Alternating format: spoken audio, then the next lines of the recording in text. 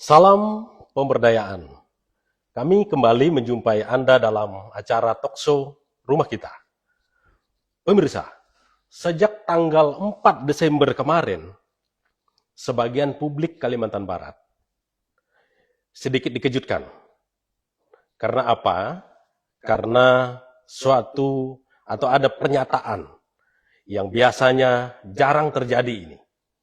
Seperti itu, baik di skala kabupaten, apalagi di provinsi. Kalaupun ada, biasanya tidak sampai pecah keluar. Pernyataan-pernyataan seperti ini. Pernyataan yang tidak biasa ini, bagi media massa dapat dipandang sebagai informasi yang bagus untuk produk pemberitaan. Tetapi juga bagi publik di Kalimantan Barat, itu bisa jadi juga itu adalah informasi yang kurang baik, kurang mengenakan atau membuat suasana hati yang sedang semangat itu menjadi sedikit redup lah, begitu, dalam menaruh harapan kepada pemimpin di Kalimantan Barat ini, seperti itu. Tapi narasumber kami kali ini bukanlah orang yang irit bicara sebetulnya. Beliau akrab dengan media massa, apalagi media sosial. Kita sambut Wakil Gubernur Kalimantan Barat, saya panggil Bang Krisantus. Siap. Selamat sore. Selamat sore Bang, apa kabar?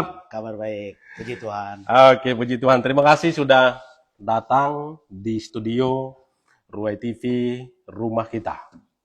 Terima kasih, luar biasa. Oke. Sebelum lebih jauh, dari mana tadi? Karena Abang mengatakan dengan kami sedang delay. Silakan. Ya, saya tadi dari Jakarta. Kemarin menghadiri acara Ikatan Pengusaha Muslimah Indonesia. Di Jakarta ya? Di Jakarta, di Kementerian Perindustrian. Oke. Dan kebetulan Provinsi Kalimantan Barat menjadi tuan rumah pelaksanaan pemberian penghargaan terhadap wanita-wanita berprestasi di bidang usaha. Kapan itu? Tanggal 3. Sehingga saya sebagai wakil gubernur tentu tanggal 3 kemarin ya. Oh iya, betul. Kita ada berkewajiban untuk mensupport, memberikan semangat, dan juga sekaligus menggambarkan bagaimana potensi Kalimantan Barat yang memiliki peluang luar biasa untuk para pelaku usaha berinvestasi di Kalimantan Barat. Oke. Jadi tadi sempat delay ya? Delay dari jam 11.45 sampai ke jam 1.45. Dan datang di Ruai TV sudah pukul 5:15 ya? Ya. Ya, kita berterima kasih kepada Tuhan Yang Maha Kuasa karena Bapak Wakil Gubernur bisa tiba di Ruai TV sesuai dengan jadwal yang coba kami rancang setelah ada penundaan atau keterlambatan pesawat seperti itu. Bang Krisantus, saya mau katakan, kok bisa tidak hadir di dalam pelantikan pejabat pertama atau eselon 2 yang dilantik oleh bos ASN Kalimantan Barat hari ini, Bapak Gubernur kita? Boleh utarakan alasan, meskipun sebetulnya Ruai sudah mengejar dari kemarin, dan itu sudah sampai ke publik alasannya, tapi hari ini sepertinya kita akan agak detail sedikit. Ya, tentu untuk hadir dan tidak saya perlu pertimbangan yang sangat matang. Oke. Nah, selain daripada itu, tentu saya melihat dari komunikasi. Kalau proses dari proses, ya saya mulai dari pelantikan eselon 3, saya juga tidak hadir. Kemudian kemarin pelantikan eselon 2, saya juga tidak hadir. Jadi ini sudah 2 kali? 2 kali. Yang ke 9 bulan kepemimpinan Pak Gubernur dan Pak Wakil Gubernur yang periode ini? Ya, 2 kali saya tidak hadir. Itu dikarenakan tentu ada sesuatu ya, yang menurut saya seharusnya dilakukan tetapi tidak dilakukan. Ya, berdasarkan Undang-Undang 20 tahun 2023 tentang ASN kan, tentu gubernur, wakil gubernur ini kan satu paket yang tidak terpisahkan. Seperti 2 sisi mata uang. Nah, kalau 2 sisi mata uang tentu tidak bisa dilepas. Kalau dilepas tentu tidak jadi uang lagi. Sudah menjadi logam biasa. Kalau kita ibaratkan sebagai mata uang. Sedikit ke belakang. Tadi kalau tidak salah dengar di awal Abang mengatakan secara prosedur seperti tidak ada masalah. Tetapi kan mengapa ketidakpuasan ini sampai diumbar ke publik begitulah Bang? Ya, karena Alasan yang mendasar sudah pantaskah rasanya ini sudah harus diungkap? ya saya ingin seluruh rakyat Kalimantan Barat mengetahui. Oke. Mengetahui tidak lagi mereka-reka. Bagaimana hubungan antara gubernur dan wakil gubernur, bagaimana proses pemerintahan di Provinsi Kalimantan Barat apakah berjalan dengan baik atau tidak. Oleh sebab itu, tentu saya tidak ingin masyarakat sesat pikir. Mungkin saya bisa cerita ya, dari awal. Baik. Saya sebetulnya sudah lama memendam ini. Sudah lama memendam. Oke, sebentar. Maret kemarin 2025 sebenarnya media katakanlah Roy TV sudah mencium. Cuman kami berusaha menahan agar tidak harus keluar gitu. Tapi ternyata memang tidak tertahan juga ya. Nah, apa yang dipendam itu? Sejarahnya seperti apa sih? Yang dipendam ini tugas pokok saya sebagai wakil gubernur seharusnya dimanfaatkan secara maksimal. Oke. Dan ini tidak bisa terjadi. Ini dikarenakan memang komunikasi yang tidak efektif antara gubernur dan wakil gubernur. Oke. Dan tentu saya sebagai manusia memiliki batas-batas kesabaran. Saya sebetulnya sudah cukup sabar. Mulai dari sebelum pelantikan. Sebelum pelantikan. Dari sebelum pelantikan? Dari sebelum pelantikan. Dari sebelum pelantikan tanggal 20 Februari 2025 kemarin? Dari sebelum pelantikan. Sudah ada sesuatu yang menjanggal begitu? Sudah ada sesuatu. Oke. Nah, saya ceritakan. Jadi sebelum pelantikan itu, ketika KPU pleno di Hotel Mercure, penetapan pemenang pemilu. Ya, itu pleno penetapan pemenang pemilu. Nah, ketika itu kan saya santai, tentu belum memiliki tugas karena belum dilantik. Jadi pada satu siang, saya main ke Hotel Mercure. Main ke Hotel Mercure, saya ketemu dengan saksinya tim Sutarmiji, Dedi Haryono. Oke. Ada ngopi di belakang, dekat kolam renang. Karena di situ tempat bisa merokok. Ketemu juga dengan tim muda Jakius, saksi. Nah, ketika saya datang, tentu mereka kenal saya. Dan mereka sudah manggil saya Pak Wagub. Pak Wagub, apa kabar? Saya bilang, kabar baik. Mari kita ke sini, saya bilang. Kita ngopi sama-sama. Saya sampaikan, mulai saat ini, saya bilang, tidak ada lagi blok-blok di Kalimantan Barat. Pilkada sudah selesai. Mari kita tunjukkan komitmen kita menyukseskan pilkada ini sehingga pilkada Kalimantan Barat terlihat baik, demokratis, dan itu adalah pilihan rakyat. Saya mohon nanti berita acara full ditandatangani. Pada saat kami bicara seperti itu, ada Intel Polda, namanya Kombes Munijar. Kombes Munijar ini teman lama saya. Mulai dari beliau Wakapolres di Sanggau. Dan ketika itu saya ketua DPRD Sanggau. Tentu ketika beliau sampai, saya wajib menyapa dong. Karena teman kan. Komandan, saya bilang, mari sini gabung ngopi. Gabung ngopi. Jadi saya bersama Kombes Munijar dengan saksinya tim Sutarmiji dan saksinya tim Muda Mahendra. Kami ngopi. Saya tidak tahu paparazi rupanya ada di mana-mana, di foto. Foto itu dikirim kepada Pak Gubernur. Pak Gubernur ketika itu sedang liburan di Jepang. Nah, kemudian sepulang beliau dari Jepang, beliau telepon saya. Pak Wagub, segera datang ke Jakarta. Ini ada yang tidak enak. Nah, begitu kira-kira isi teleponnya. Dari Pak Gubernur? Pak Gubernur. Ya. Gara-gara foto itu? Saya belum tahu apakah gara-gara foto itu, tapi beliau telepon, Pak Wagub segera ke Jakarta, ini ada sesuatu berita yang tidak enak. Bertanya-tanya di dalam hati saya. Saya pun segera ke Jakarta, sampai di Jakarta kami bertemu di Hotel Ascot Kebun Kacang. Karena beliau nginap di situ, kami ketemu, begitu sampai beliau langsung menunjukkan foto itu kepada saya. Ini tidak baik Pak Wagub. Tidak baik. Saya juga langsung kaget kok selembar foto bisa dijadikan dasar analisa gitu ya. Menurut saya terlalu dangkal untuk menganalisa dan menyimpulkan hanya karena sebuah foto. Oleh sebab itu saya sampaikan kepada beliau, saya ceritakan. Saya ceritakan seperti saya berceritakan tadi. Jadi kami ketemu, tujuannya tidak lain dan tidak bukan, tidak ada rencana atau pemufakatan dan lain sebagainya. Intinya saya ingin pilkada ini sukses, baik, kemudian semua saksi bertanda tangan di atas. Dan itu pertemuan kebetulan, begitukah? Pertemuan kebetulan, karena saya perokok, jadi saya memilih untuk duduk di belakang Hotel Mercure, karena di situ ada kolam renang, tempatnya outdoor dan boleh merokok sambil ngopi. Dan kebetulan ketemulah dengan timnya Pak Sutarmiji dan timnya Pak Muda dan Kombes Munijar. Nah ini dibaca menurut saya berlebihan lah. Dan semenjak itu saya jelaskan sama beliau apa maksud dan tujuan pertemuan itu.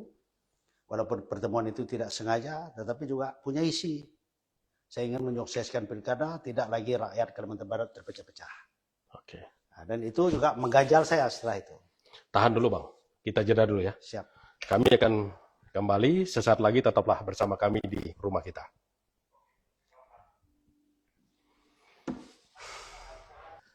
Apa sih sebenarnya pesan menurut Abang? Karena Bang Kris lah yang paling tahu, karena Bang Kris yang tatap muka dengan beliau. Di balik foto ini tidak baik, itu sebenarnya apa? Baik, saya jelaskan dan saya lanjutkan ceritanya. Oke. Jadi setelah itu, setelah kejadian itu, beberapa bulan kemudian ketika Kongres Partai Hanura, itu tuduhan yang kedua. Tuduhan yang kedua, saya dianggap dalang melaporkan berita-berita tentang kasus hukum di Provinsi Kalimantan Barat. Nah, pada yang kedua ini ketika Kongres Partai Hanura di Hotel Sultan, saya tepat waktu datang, diundang oleh Pak Oso. Saya tepat waktu datang, ketika saya datang Pak Oso kumpul, ada Pak Oso, ada Pak Hedi Amin, dan seluruh pengurus, jajaran pengurus DPP Partai Hanura. Saya diminta oleh Pak Oso langsung masuk, ikut nimbrung bersama mereka. Jadi nimbrung di situ, ngobrol lah kami, ngobrol ringan tentang Kalimantan Barat, tentang nasional. Kurang lebih 30 menit kemudian, beliau datang. Beliau datang bersalaman, ketika bersalaman saya sudah merasakan ada sesuatu yang janggal. Kemudian Pak Oso berserta seluruh pengurus DPP Partai Hanura melanjutkan acara. Sehingga di ruangan itu tertinggallah saya bersama Pak Gubernur berdua. Dan pada saat itu beliau langsung menghampiri saya dan ngomong, ini kalau terjadi apa-apa dengan saya, Pak Wagub ini dalangnya. Ini A1. Saya dapat laporan dari Polda, ada 3 orang polisi menyampaikan hati-hati sama Pak Wagub. Nah, saya sampaikan sama Pak Gubernur, Pak, saya bilang, kalau memang ada... Itu sebelum pelantikan? Itu sudah pelantikan. Sudah pelantikan? Sudah pelantikan. Pak, kalau memang ada 3 orang polisi itu, mari kita ketemu. Jangan A1 Pak, saya bilang. Kita ketemu, 3 polisi itu, Bapak dan saya. Nah, kita lihat kebenaran. Apakah saya sebagai dalang atau tidak. Sementara saya perlu sampaikan, pada saat itu BP 2TD itu apapun saya tidak ngerti. Sampai saya bertanya sama orang di luar karena saya shock begitu. Dituduh tanpa dasar, saya tidak tahu persoalan, tiba-tiba dituduh saya sebagai dalang ingin menjatuhkan gubernur. Sudah itu saya tanya teman-teman, apa itu BP 2TD? Nah, barulah saya tahu BP 2TD itu. Kemudian kasus jalan juga yang di Mempawah, saya juga tidak tahu. Itu kan masa lalu. Nah, sehingga ini sangat mengganggu ya bagi saya karena dituduh tanpa dasar, dipitnah. Saya tidak tahu persoalannya, tapi saya dianggap dalang yang ingin mengkudeta gubernur. Oke, jadi Bang Kris mengklaim inilah dasar-dasar yang merasa kurang dilibatkan dalam beberapa kegiatan prinsip di lingkungan pemerintah Provinsi Kalimantan Barat. Kalau itu menjadi dasar utama, saya pikir terlalu prematur lah kita menentukan. Tetapi saya pikir selain daripada itu tentu ada aspek lain. Misalnya? Aspek lain. Ya mungkin juga kebiasaan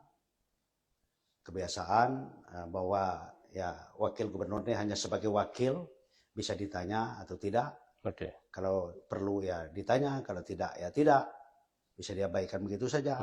Dan saya buat kesimpulan seperti ini karena kejadian seperti pelantikan eselon 3, Oke. saya juga tidak diberitahu kapan itu rapat untuk menentukan si A di mana, si B di mana, si C di mana, kemudian juga eselon 2. Nah, eselon 2 ini sangat krusial menurut saya, karena ini tentu menyentuh terhadap kesejahteraan masyarakat dan kelangsungan pembangunan di Kalimantan Barat. Jadi merasa harus dilibatkan.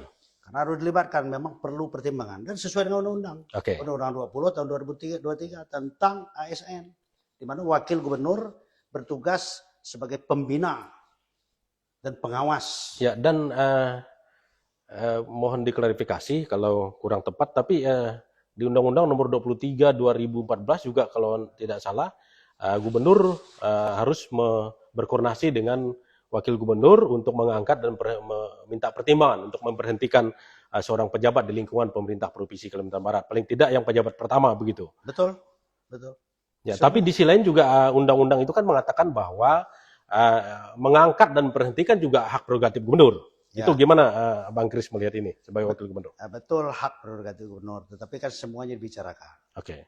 Dibicarakan tentu pertimbangan yang matang, yang sumbernya dari semua pihak yang berkompeten. Saya pikir itu menjadi dasar yang jelas untuk kita memberikan sanksi ataupun promosi terhadap pegawai. Selain daripada itu, kalau tingkat pertama ini eselon 2 seperti yang dilantik pada tanggal 5 kemarin. Oke. Ini kan berkaitan dengan kesejahteraan masyarakat, kelangsungan pembangunan, kesuksesan pembangunan di Provinsi Kalimantan Barat. Karena menempatkan orang-orang itu tentu tidak bisa like and dislike. Mesti sesuai dengan kompetensi. Mesti the right man on the right place. Ya. Nah, misalnya di bidang pariwisata, tentu kita tempatkan orang yang mengerti tentang pariwisata. Bidang PU, misalnya pekerjaan umum, tentu orang yang mengerti bagaimana konstruksi jalan dan sebagainya. Begitu juga dinas-dinas lain. Di bidang pendidikan, tentu kita perlu juga orang yang memiliki kompetensi dan kemampuan di bidang pendidikan.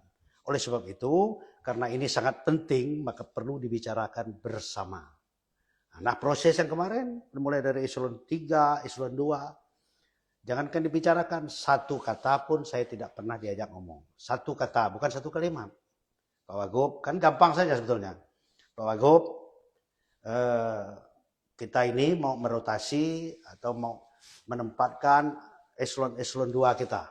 Kita putar ini. Biar pekerjaan lebih efektif. Nah, kita rapat dulu. Apa salahnya?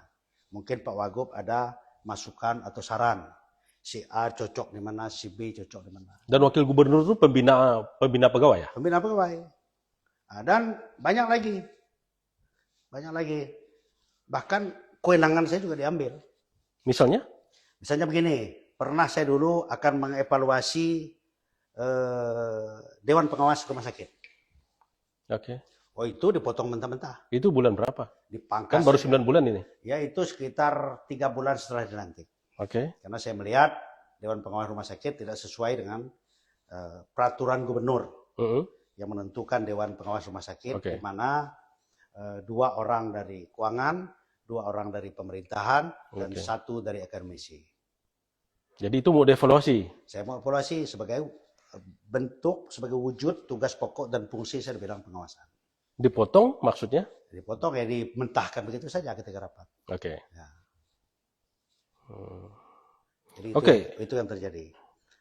Nah, jadi saya mengekspos ini ya, seperti kemarin diwawancara via telepon, saya tidak menambah, tidak mengurang.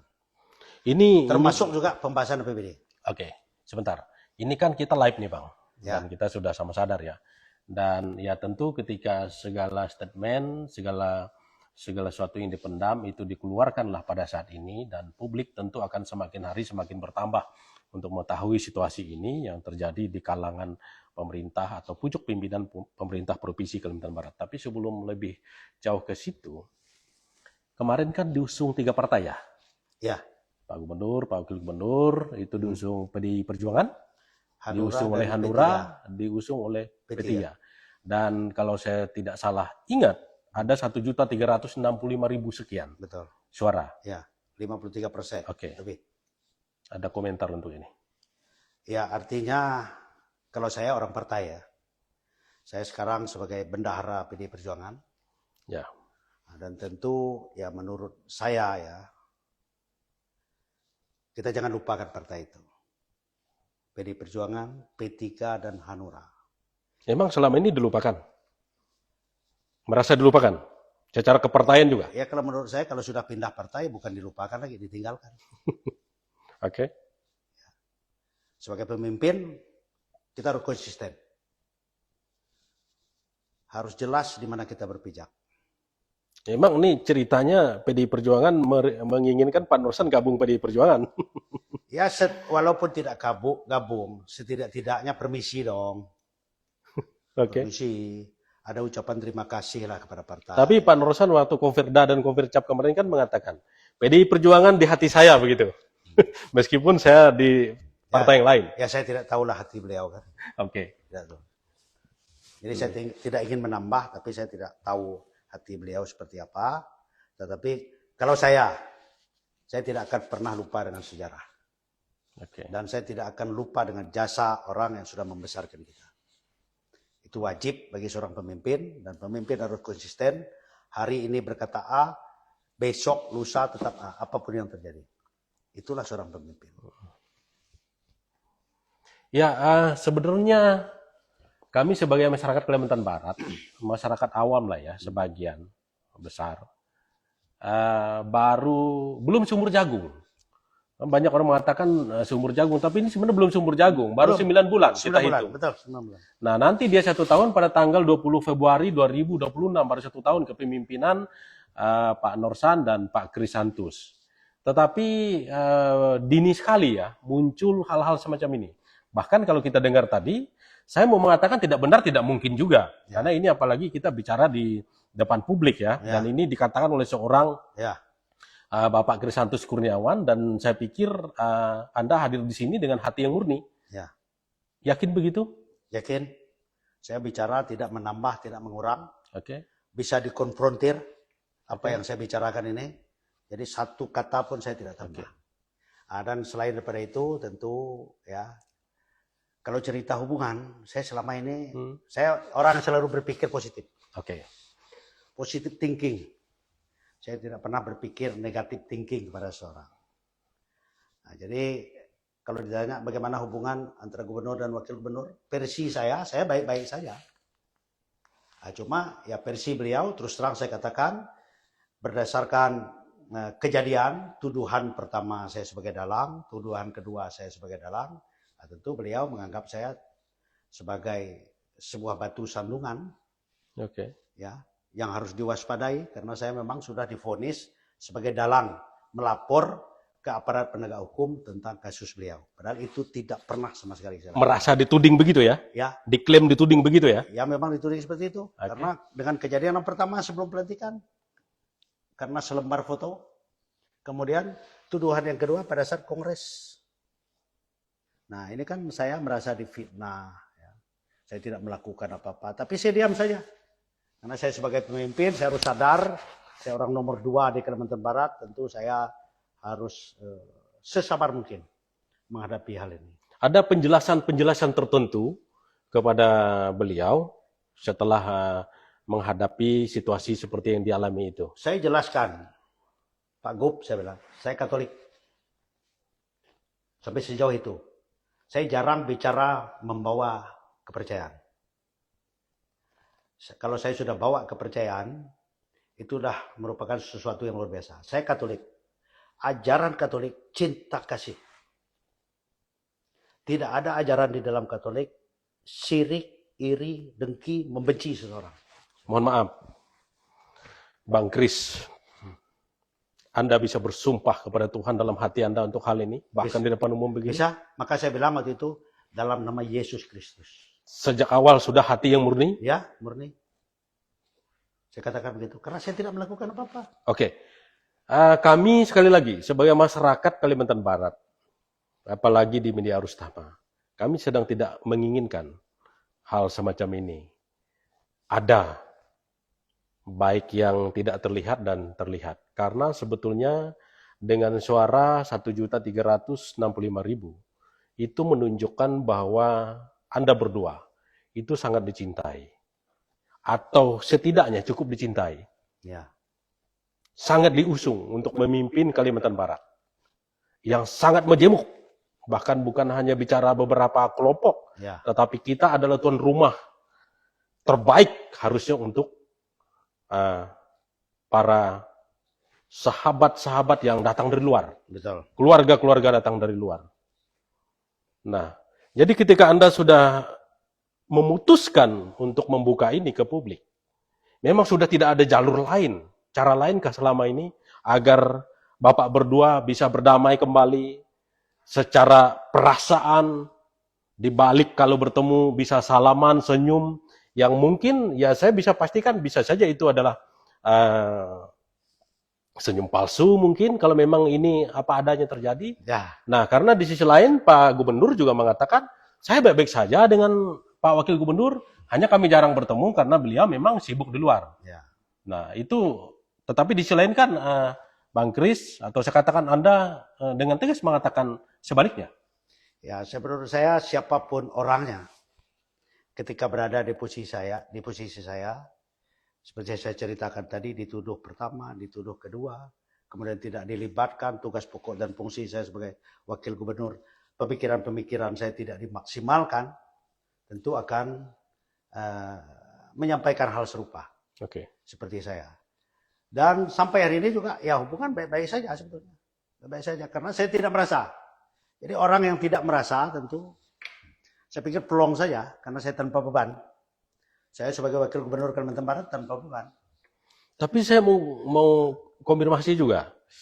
Secara pribadi juga tidak apa-apa, tetapi kan di sisi lain tidak bisa dipisahkan ini. Jabatan wakil gubernur dan hubungan pribadi. Ya. Ini gimana membahasakan ini sebenarnya supaya di publik itu dapat dipahami bahwa ini tidak ada persoalan antar pribadi. Apakah ini hanya persoalan antar wakil gubernur sebagai jabatan administratif yang diusung secara politis itu bagaimana? Ya memang itu susah dipisahkan. Kita sebagai manusia tentu. Ini ada dorongan juga saya sebagai manusia. Sebagai manusia yang sudah diperlakukan berkali-kali seperti itu. Tidak diajak bicara. Tidak pernah sekalipun. Ya kalau duduk memang biasa duduk sama-sama. Salam. Kemudian di satu acara duduk berdampingan. Tetapi saya belum pernah diberikan instruksi oleh Pak Gubernur ya untuk menjalankan sesuatu. Jadi hanya duduk saja, salaman, ya kemudian ya pidato. Bahkan kemarin waktu acara suatu keagamaan bisa berpelukan ya? Ya itu sebagai adat kita orang Timur lah. Ya. Orang Timur lah. Dan itu harus dilihat suatu kemurnian ya. Dan tetap melihat suatu ketulusan. Saya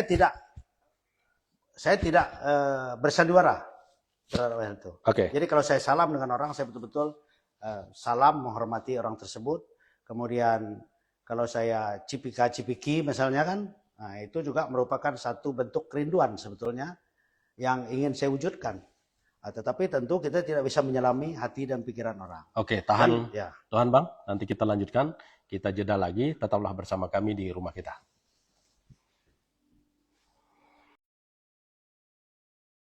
Kurniawan SIP MSI, beliau memilih untuk tidak hadir dalam pelantikan pejabat eselon 2 di kalangan pemerintah Provinsi Kalimantan Barat hari ini. Ada 26 pejabat eselon 2 yang dilantik menjadi kepala dinas dan kepala badan, tetapi memilih untuk tidak hadir. Dan ini adalah orang nomor 2 yang berkuasa di Kalimantan Barat.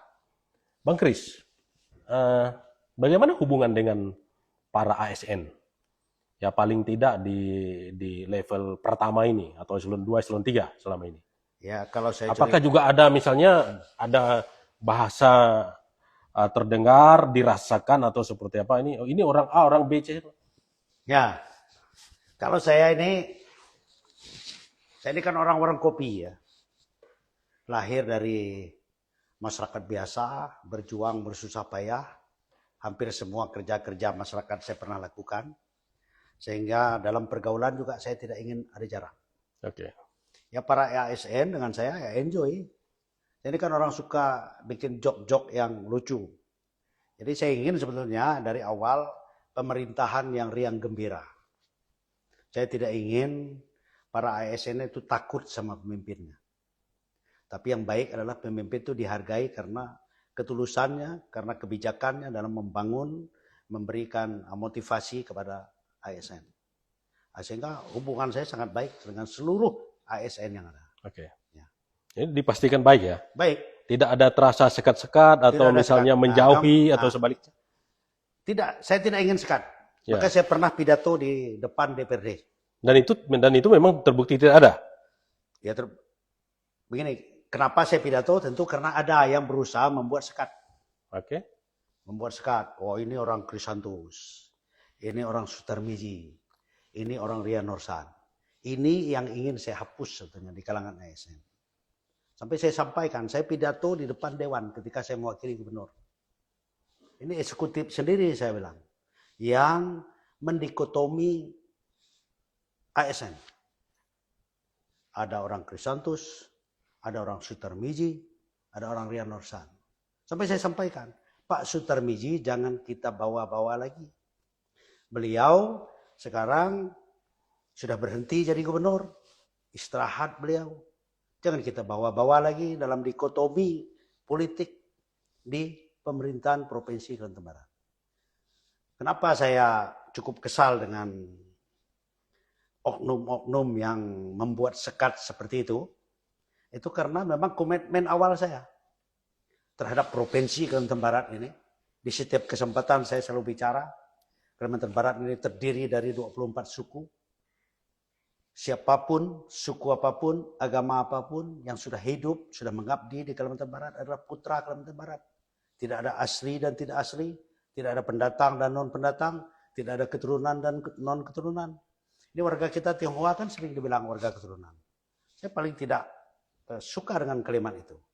Kalau cerita keturunan, semua kita di dunia ini warga keturunan. Keturunan Adam dan Hawa. Kita dilahirkan terdiri dari suku-suku, terdiri dari agama-agama. Itu kodrat Tuhan yang harus kita syukuri, harus kita jalankan sebaik mungkin. Kalau bisa bercita-cita, saya sering tanya sama masyarakat. Siapa di antara Bapak Ibu saya bilang, kalau saya ada acara, yang dari dalam rahim ibunya bisa bercita-cita sebagai suku apa dan agama apa. Tidak ada manusia di dunia yang bisa bercita-cita untuk lahir suku apa. Kalau bisa bercita-cita, tentu saya tidak minta lahir di tengah layuang sana. Mungkin saya ingin lahir di Dubai atau lahir di Arab, jadi keponakan Raja Salman. Tidak pusing-pusing kan gitu. Oke, baik Bang Kris.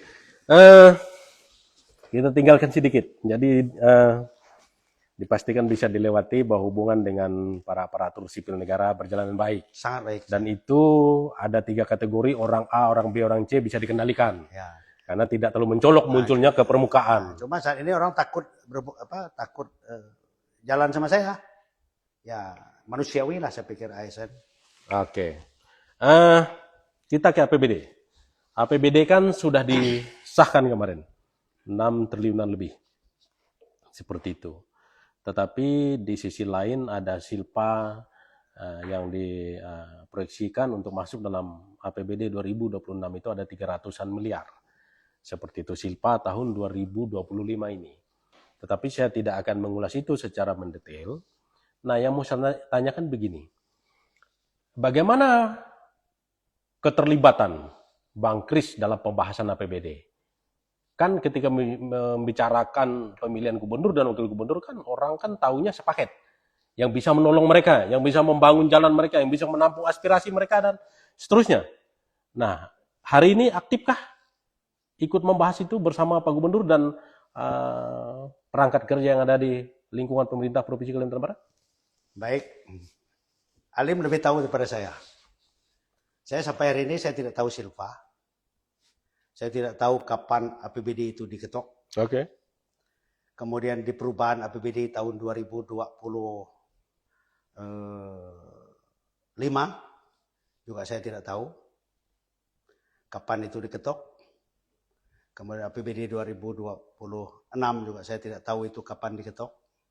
Sehingga saya pikir Saudara Alim bisa menyimpulkan sendiri. Oke. Dan saya pertegas, saya tidak pernah dilibatkan dalam pembahasan APBD, baik itu perubahan APBD maupun APBD murni. Jadi ikut menganggarkan bahwa ini sekian ke sini, ini ada orang mengajukan ini, kalau bisa dimasukkan lewat mana, itu tidak? Tidak. Jadi Tidak pernah ya seperti ini itu. saya sampaikan kepada pemirsa. Mulai saat ini jangan banyak berharap kepada saya, karena saya tidak dilibatkan untuk membahas APBD, sehingga pemikiran-pemikiran saya, dan saya yakin juga pendukung-pendukung saya yakin kalau tidak pendukung saya juga, saya berdua tidak bisa menjadi gubernur dan wakil gubernur. Tentu banyak harapan sebetulnya yang mereka inginkan dari saya, yang mereka kenal. Tapi gini, saya mau mengatakan masyarakat Kalbar tidak terkotak kepada satu kelompok dan seterusnya, sebenarnya masih bisa berharap dengan Bang Krisantus Kurniawan. Karena apa? Karena saya tahu Pak Gubernur orang baik. Bapak apalagi. Dan saya mencatat masih ada 4 tahun, 3 bulan setelah hari ini. Kalian dua bersama-sama untuk mengarahkan, menuntun, atau membina masyarakat Kalimantan Barat ini. Bagaimana Abang mendengar harapan saya ini? Anggaplah kalau ini memang ada harapan masyarakat Kalimantan Barat, ya saya mewakili paling tidak berapa orang di luar sana yang menaruh bahwa kami masih bisa mengharap sesuatu dari Pak Wakil Gubernur dan Pak Gubernur sekaligus, karena kalian berdua adalah satu paket pemimpin yang disahkan secara undang-undang, diusung secara kebijakan politik, secara demokrasi. Saya bisa berdoa. Kalau dari sisi saya sebagai wakil gubernur tentu no problem. Oke. Saya no problem. Silakan kapan saja Pak Gub panggil saya, beri tugas saya, akan saya laksanakan. Beri peran saya, akan saya laksanakan. Ambil lo pemikiran-pemikiran saya.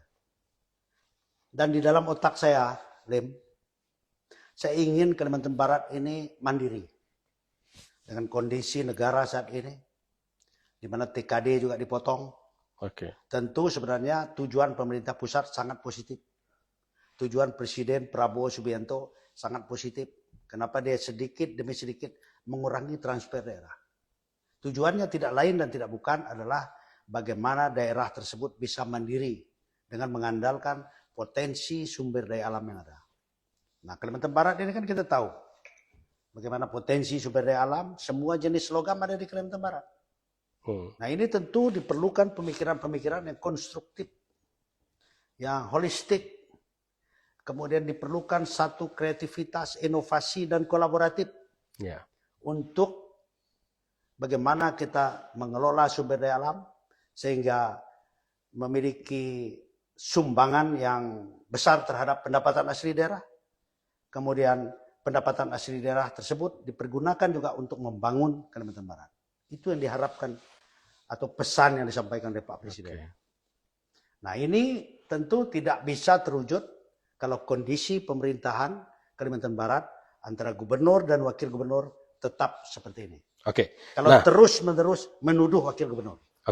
Nah, ini kan menjalani kebijakan anggaran 2025 kan bisa dikatakan meneruskan kebijakan tahun 2024. Meskipun sebetulnya pemimpin bisa saja membuat kebijakan-kebijakan baru, menyesuaikan ya peruntukannya seperti itu tanpa ada konsekuensi melanggar aturan. Nah, apa sih yang Pak Gubernur dan Pak Wakil Gubernur lakukan sebenarnya selama 9 bulan ini?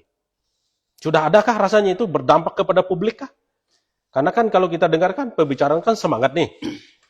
Misalnya Bang Kris di beberapa ruang komunikasi, media massa, sosial media dan seterusnya. Saya tidak ingin tergantung kepada APBD.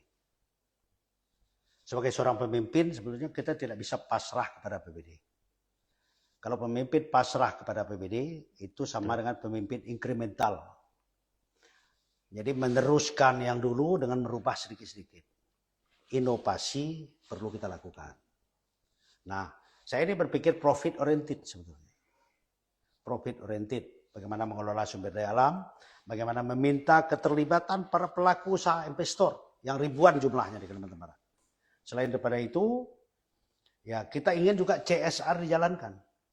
Dan saya sudah berikan contoh, saya bersama Bupati Ketapang membangun Jalan Pelang, itu tanpa APBD. Boleh tanya Pak Alek Ulio. Tahun 2025 ini? Ya.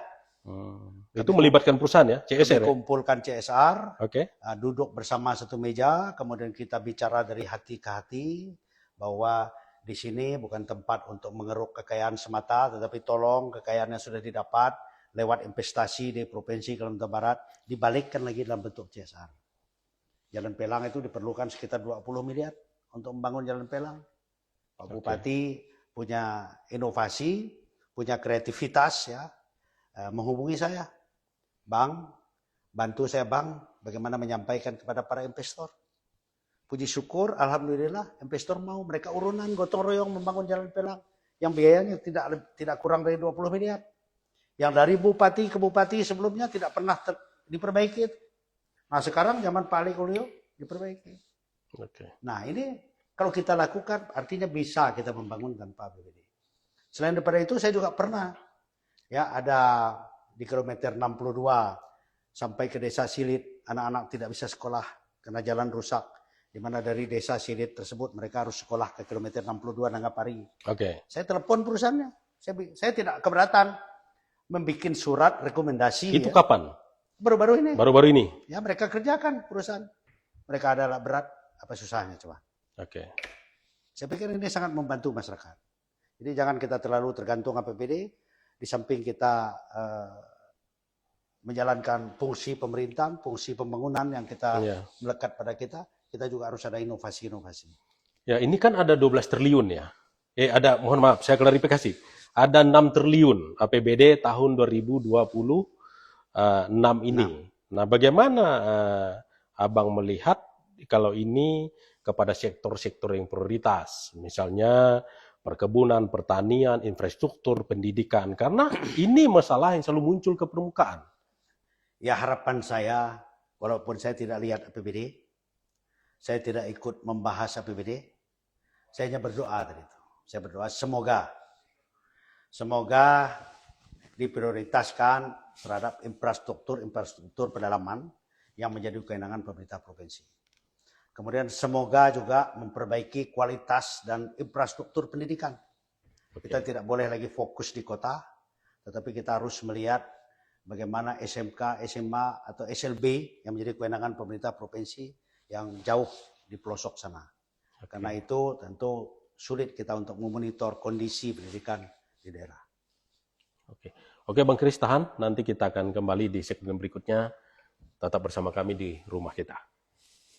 Bersama kami di rumah kita, 10 menit ke depan kami masih siaran langsung bersama Wakil Gubernur Kalimantan Barat, Bapak Krisantus Kurniawan. Bang Kris, saya harus akui sebagai seorang jurnalis atau media, ya paling tidak di sudut pandang saya, pemikiran Anda itu tajam. Dan itu yang dikehendaki publik.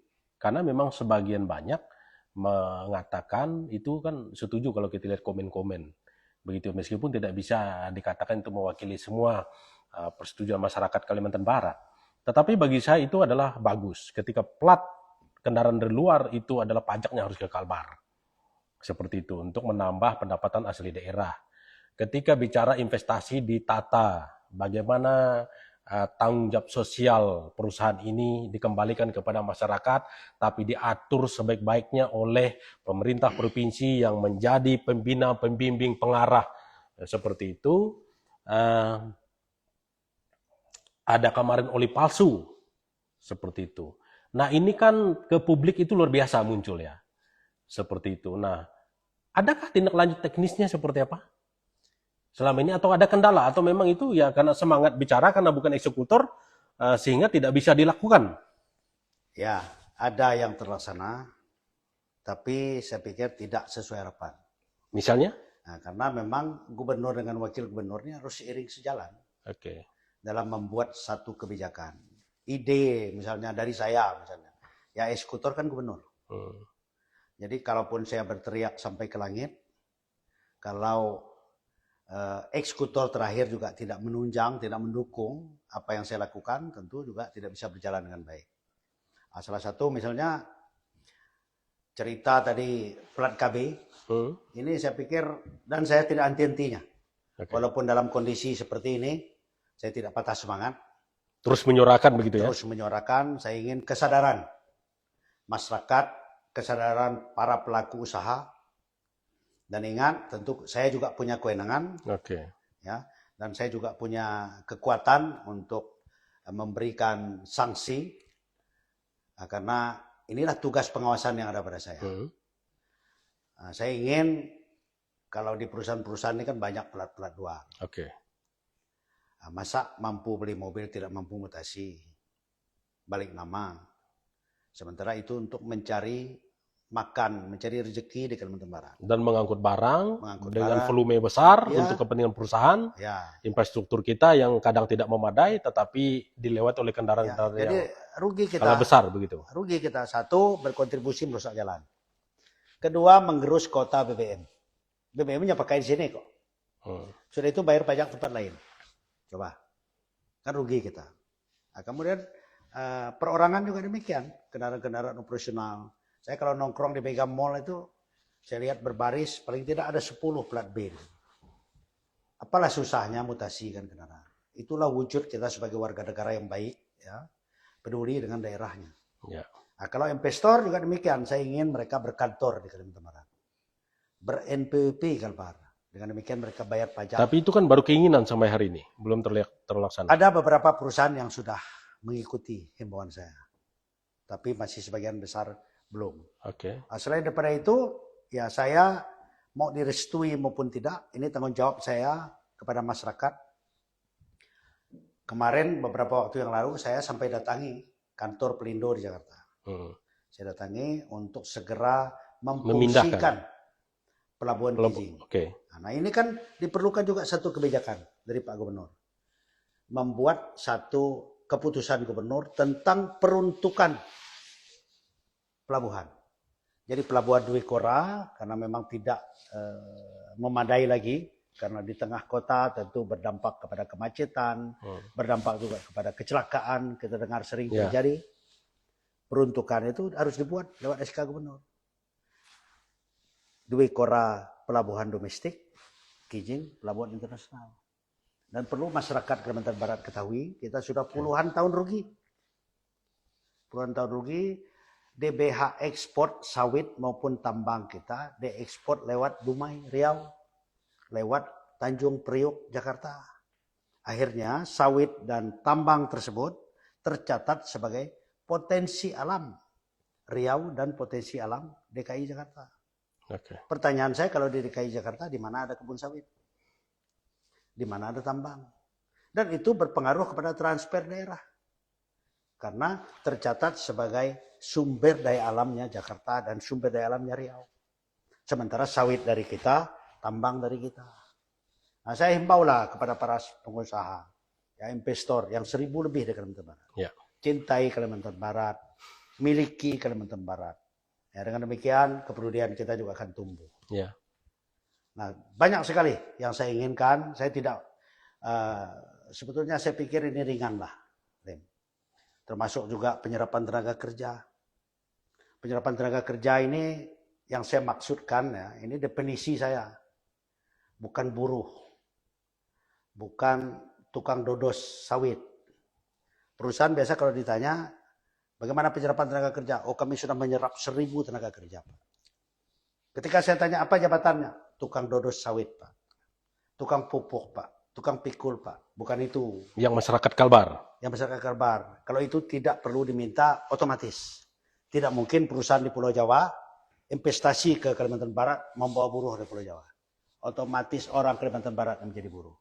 Yang saya maksudkan dengan penyerapan tenaga kerja adalah penyerapan tenaga kerja terdidik dan terlatih sesuai dengan kompetensi dan pendidikannya. Dan itu dilakukan oleh? Terus saya suarakan dan terus saya akan tidak henti-hentinya saya akan menghimbau perusahaan, dan bila pemerintahan ini baik, bahkan saya ingin sebetulnya, ya, Gubernur mengundang seluruh perusahaan. Kalau Pak Gubernur tidak sanggup ngomongnya, biar saya yang rapat. Oke. Mengundang seluruh perusahaan, kita bicara dari hati ke hati bagaimana kita membiayai pembangunan di Provinsi Kalimantan Barat. Tapi waktu Gawai Daya tempo hari, saya lihat Anda sangat marah sekali. Karena tidak ada menyumbang kegiatan itu. Bahkan ada yang 1 jutaan. Sampai Bang Kris mengatakan, kalau kita undang, saya tunjuk biji matanya. Ya, betul. Itu memang sepertinya emosi benar itu. Ya, saya sangat emosi. Karena saya melihat masih 80% perusahaan di Kalimantan Barat, investasi yang ada di Kalimantan Barat belum menunjukkan kepedulian. Yang pertama terhadap kesejahteraan masyarakat, kemudian terhadap penyerapan tenaga kerja. Jadi di mana putra-putri kita tamat sarjana pun masih jadi tukang pupuk, tukang semprot. Saya pikir itu tidak sesuai dengan semangat NKRI. Selain daripada itu, juga saya ingin mereka menjalankan CSR. Mereka sudah mengeruk triliunan rupiah, nyumbang hanya 1.500.000. Saya pikir siapapun pemimpin akan tersulut emosinya, akan marah ketika kepedulian dari investasi yang sudah kaya raya di Kalimantan Barat tidak menunjukkan kepedulian terhadap kegiatan-kegiatan masyarakat yang bersifat sosial seperti itu. Saya lihat oli palsu ini singkat Bang ya, waktu kita tinggal berapa menit, itu sudah ditangani oleh aparat kepolisian. Dan Anda itu kan menggonggong terus begitu ya, kejar terus, berstatement terus tentang oli palsu. Dan itu memang merugikan pada dasarnya. Yang harusnya bisa mengganti oli 2 bulan sekali, mungkin bisa saja menjadi 1 bulan sekali, karena fungsi oli sudah tidak maksimal, bunyi mesin sudah tidak lazim lagi. Itu bagaimana? Anda yakin betul bahwa tentang oli palsu dan Anda menyerang Pertamina berkali-kali, saya lihat itu luar biasa. Ya, tentu saya menuduh, ya, kemudian sekaligus juga ikut melakukan penggerbekan, bukan tanpa dasar. Jadi saya mendapat informasi dari Badan Intelijen, dari BAIS, dari masyarakat juga melaporkan tentang beredarnya oli yang tidak sesuai standar. Tentu ini harus diberantas. Anda puas dengan penindakan hukum yang dilakukan sejauh ini? Ya, saya belum, karena sebagai wakil gubernur, saya pikir sebenarnya ya bukan saya minta puji ya, tapi rasa-rasa saya baru saya wakil gubernur yang turun langsung ikut memasang police lane. Dan banyak netizen sebetulnya mengatakan, selalu tanya bagaimana dengan oli palsu, oli palsu. Nah, ini belum paham. Jadi masyarakat itu belum paham. Saya ini bukan aparat penegak hukum, tapi setidaknya Anda harus berterima kasih ada wakil gubernur yang mengungkap beredarnya oli palsu. Setelah ditemukan oli palsu, setelah ditemukan tersangkanya, tentu menjadi ranah aparat penegak hukum. Baik. Terima kasih Bang Kris. Terakhir, masih ada 4 tahun 3 bulan kebersamaan Pak Gubernur dan Pak Wakil Gubernur.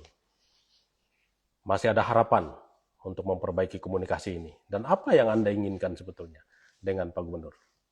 Saya ingin difungsikan, saya ingin dihargai. Karena seperti saya katakan di awal, gubernur, wakil gubernur, 2 sisi mata uang yang tidak terpisahkan. Harus sadar, ya, gubernur harus sadar, tanpa wakil gubernur tentu tidak bisa jadi gubernur. Wakil gubernur saya sangat sadar, tanpa gubernur juga saya tidak bisa jadi wakil gubernur. Nah, ini yang harus dipahami. Sehingga segala sesuatunya harus dibicarakan bersama. Tentu ada pemikiran-pemikiran baik Pak Gubernur yang tidak saya miliki. Begitu juga sebaliknya. Banyak sekali pikiran-pikiran baik saya atau terobosan-terobosan yang ingin saya wujudkan, yang Pak Gubernur saya pastikan juga tidak memiliki.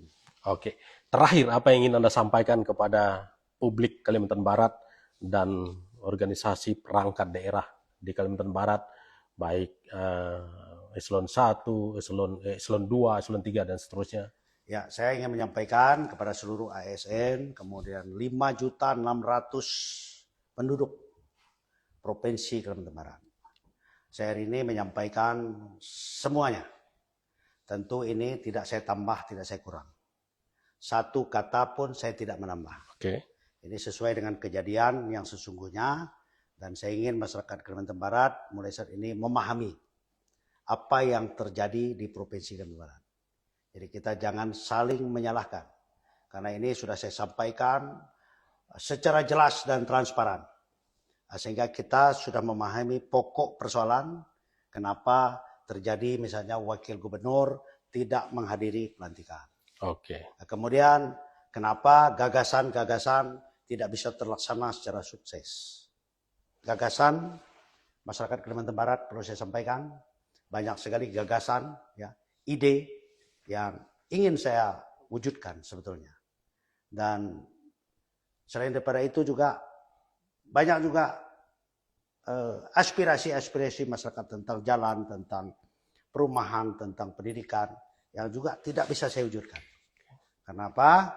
Karena saya jujur katakan, dan silakan ditanya kepada Pak Sekda, silakan ditanya kepada Badan Anggaran DPRD, apakah pernah wakil gubernur diikut sertakan atau ikut dalam pembahasan APBD. Jadi saya tegaskan di sini, saya tidak pernah diikut sertakan, sehingga dengan sendirinya apa yang masyarakat inginkan untuk dibangun yang lewat saya, karena mereka kenal saya, mereka belum tentu kenal gubernur, itu harus disadari. Yang kenal gubernur tentu lewat gubernur, yang kenal Krisantus tentu lewat wakil gubernur. Tidak bisa terwujud dan terrealisasi. Oke, baik. Terima kasih Pak Krisantus Kurniawan. Bang Krisantus Kurniawan, Wakil Gubernur Kalimantan Barat yang sudah meluangkan waktunya untuk menyampaikan beberapa hal ya dapat kita pastikan ini penting agar publik juga tahu. Tetapi satu yang mau saya sampaikan, sebelum menghubungi Bang Kris kemarin, setelah menghubungi Bang Kris kemarin, kami juga menghubungi Pak Gubernur Kalimantan Barat dan beliau menjawab bahwa pengangkatan eselon 2 sudah sesuai dengan prosedur, dan juga hari ini kita ada mewawancara beliau, ini terkait yang eselon ya, sudah sesuai dengan Undang-Undang nomor 20 tahun 2023, itu pernyataan beliau, dan kami akan mengundang beliau. Apakah hadir atau tidak, tetapi kami akan memberikan ruang yang sama, hati dan pikiran yang sama, ketulusan yang sama kepada Bapak Gubernur Kalimantan Barat, untuk juga bisa menyampaikan berapa hal penting di sini kalau beliau anggap penting, dan kita akan undang Bang seperti itu agar kita tidak dianggap berat sebelah misalnya seperti itu. Dan mudah-mudahan beliau ada kesediaan waktu. Dan terakhir harapan dari saya, dan kalau bisa dianggap mewakili beberapa orang di luar sana, tentu kami di Roy TV ini tidak menginginkan sebenarnya hubungan yang seperti ini. Karena kami anggap adalah pemimpin ini adalah simbol pluralisme, simbol kemajemukan, simbol kemajuan, simbol kebersamaan, dan simbol kecepatan pembangunan seperti itu ke depan. Dan kita berharap meskipun sudah tidak tertahan dari Pak Wagub, tetapi ada rekonsiliasi yang dibangun ke depan ini, karena waktu masih panjang. Saya tidak bisa bayangkan kalau misalnya ada kesan seperti ini terus di media massa, di publik, kalau ini tidak selesai. Itu akan menjadi kurang baik dalam menjalankan roda pemerintahan. Meskipun di beberapa tempat kita temukan begitu, tidak ada akur-akurnya, tetapi sebagai manusia yang tulus, sebagai manusia yang murni hatinya, kami percaya. Karena Pak Gubernur dan Wakil Gubernur adalah orang bijaksana, pemimpin nomor 1 dan nomor 2 di Kalimantan Barat. Dan kalau kita lihat mereka adalah satu paket pemimpin yang dapat diharapkan, diinginkan tetap bijak menjalani roda pemerintahan. Terima kasih Bang Kris. Sudah hadir di Roy TV. Mudah-mudahan di kesempatan atau lain waktu kita bisa diskusi kembali bagaimana Kalbar ini dibawa untuk lebih maju yang penuh dengan kemujemukan ini. Terima kasih sekali lagi. Terima kasih. Pemirsa, itulah suguhan kami di rumah kita sore hari ini. Saya atas nama seluruh kerabat kerja yang bertugas pamit undur diri. Salam pemberdayaan.